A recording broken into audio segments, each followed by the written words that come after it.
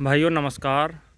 भाइयों ये जो खेत है हमारा, गेहूं कटाई के बाद बुआई की गई थी इसमें, और इसमें गन्ना बुआई सिंपल विधि से की गई है। और आज इसमें भाइयों गोल उतरवा रहे हैं।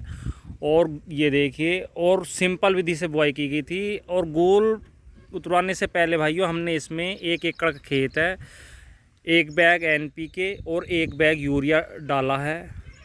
और इसमें भाइयों कोई भी हमने इसके साथ कोई दवाई नहीं लगाई।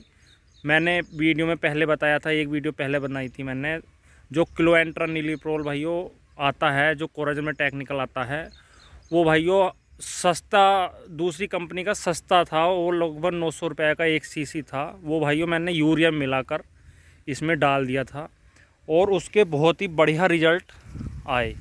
जैसे ड्रंचिंग को कहते हैं सभी, तो भाइयों हमने तो यूरिया मिलाकर डाल दिया था और बढ़िया रिजल्ट आए।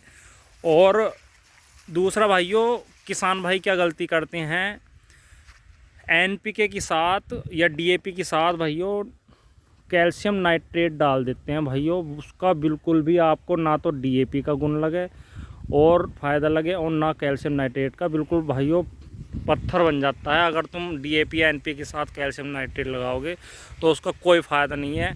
लेकिन किसान भाई ऐसी गलती करते हैं, NPK या DAP के साथ कैल्शियम नाइट्रेट लेते हैं और उससे भाइयों कोई फ़ायदा नहीं मिलता है। इसलिए इस चीज़ का ध्यान रखें। कम से कम अगर NPK या DAP आप डालना है तो कैल्शियम नाइट्रेट भाइयों उससे 10 से 15 दिन बाद डालने या पहले डालने, समझ गए।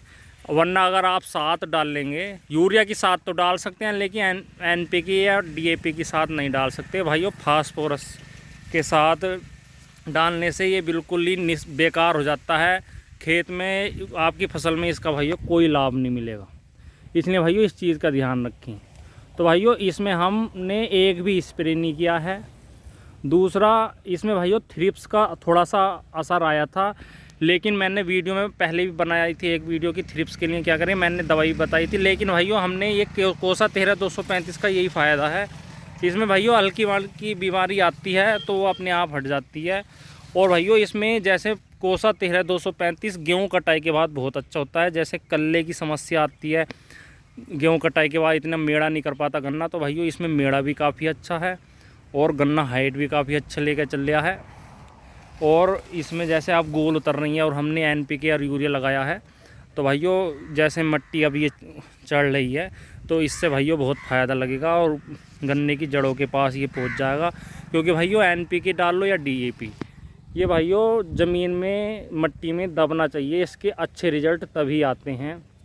और अगर आप सोचें कि ऐसे ही डाल दो और मिट्टी में ना रिले, तो भाइयों उसके रिज़ल्ट कम आते हैं। रिज़ल्ट तो आएंगे लेकिन कम आएंगे।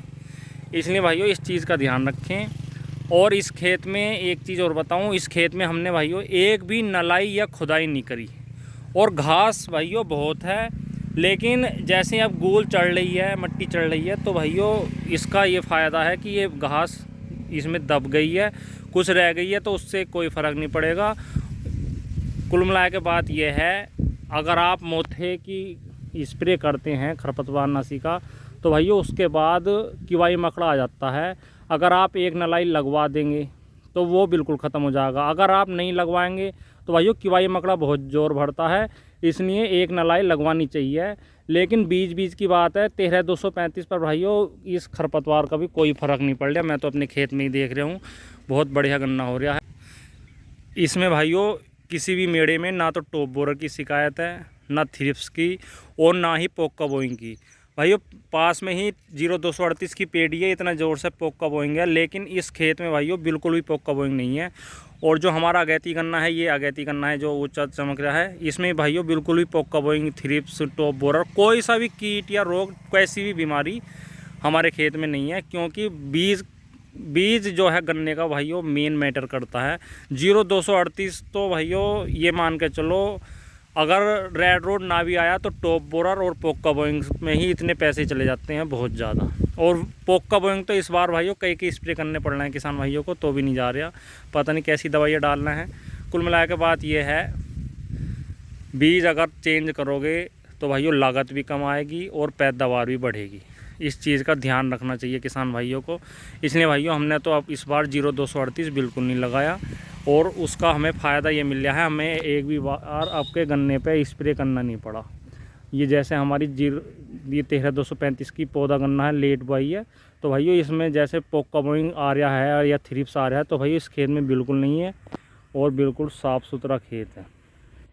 तो भाइयों आप मिट्टी चढ़ाने पर कौन सा खाद डालते हैं ये कमेंट में ज़रूर बताएं, और कौन से खाद से आपको उत्पादन ज़्यादा मिलता है ये भी कमेंट में ज़रूर बताएं, जिससे कि किसान भाई भी उस कमेंट को पढ़ सकें और आने वाली वीडियो में भी मैं ये बता सकूं कि कौन से खाद से उन किसान भाई की अच्छी पैदावार मिलती है।